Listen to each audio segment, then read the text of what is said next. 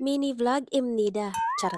For today's video, day. Hinaunsa naman eh. Ito yung time na nagpunta kami sa Han River during spring season sa Korea at tingnan nyo naman guys, sobrang ganda ng mga cherry blossoms. At dahil nga nasa Korea na tayo, syempre gusto natin ma-experience ang K-drama feels. Yung kakain ng ramyeon sa Han River.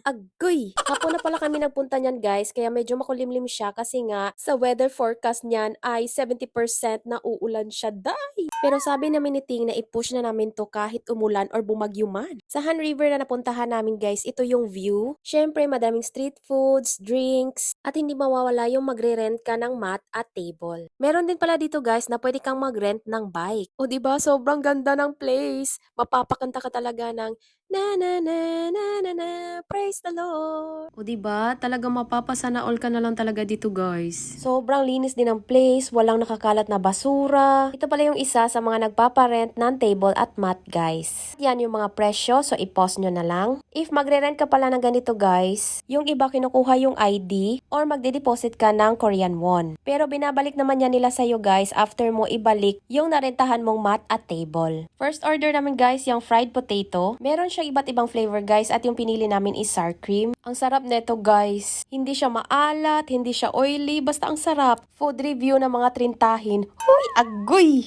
Dito naman kami bumili ng drinks. At before ako nag-video nan guys, nag-ask talaga ako ng permission. Sabi ko, is it okay to take a video? And sabi naman niya, yes, sure. Yan pala yung mga drinks niya and presyo. Next food na tayo guys, itong gimbap nila Ajuma. Ang dami mong pagpipili ang flavors. Nasa sayo na kung lahat ba ng flavor is spam, or 3 bulgogi and 3 tuna. Basta 6 pieces siya guys. Alam nyo bang nabilib talaga ako sa kanila? Dahil sobrang lamig talaga ng mga panahon na yan guys. Pero andyan sila nagbebenta. Gumagawa ng kimbap and in fairness guys, masarap siya. I think sanay na rin sila na binivideohan. Kasi hindi naman ako sinita or pinagalitan. Sa 2 beses namin pagpunta sa Korea guys, never pa kami naka-experience ng sinita, sinigawan. So far wala pa naman and thank you Lord. Ito pala yung mga in-order namin na food. At kung hinahanap nyo yung fried potato, wala na dyan guys, naubos na oy. O diba, syempre yung ramyun.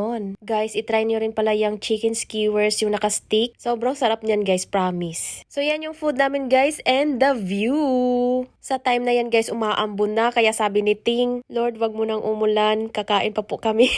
Nasa ilalim pala kami ng cherry blossom tree guys. O diba, talagang achieve na achieve ang K-drama feels. Tapos yung kasama ko, opa, Koreanong hilaw. Grabe, nag-enjoy talaga kami niyan guys. Actually, pangalawang balik na namin dyan sa Han River. Yung una kasing pagpunta namin is gabi na. Kaya nakadecide talaga kami na balikan namin ang Han River. Yung may araw pa. Isa talaga to sa core memories namin ni Ting sa travel namin sa Korea. Kung isa ka rin sa nangangarap na makapag-travel sa Korea, alam kong darating din ang panahon na matutupad yun. Basta tiwala lang at ipag-pray mo yan. Tapos ikaw naman yun ang maka-experience na kumain ng ramyeon sa Han River. Ito pala yung unang punta namin sa Han River guys. Sobrang ganda rin paggabi. Lalong-lalo na yung mga lights. Ay grabe, bongga. May kumakanta dyan sa harap namin guys, kaya kami pumapalakpak at ang ganda ng boses, day! Ay, kung gusto nyo palang makita yung mga mahaba-habang vlog ko dito guys, pwede nyo ako i-visit sa aking YT channel, Joe Sirata. So yun lang guys. Thank you so much for watching. See you on my next vlog. Bye, annyeong!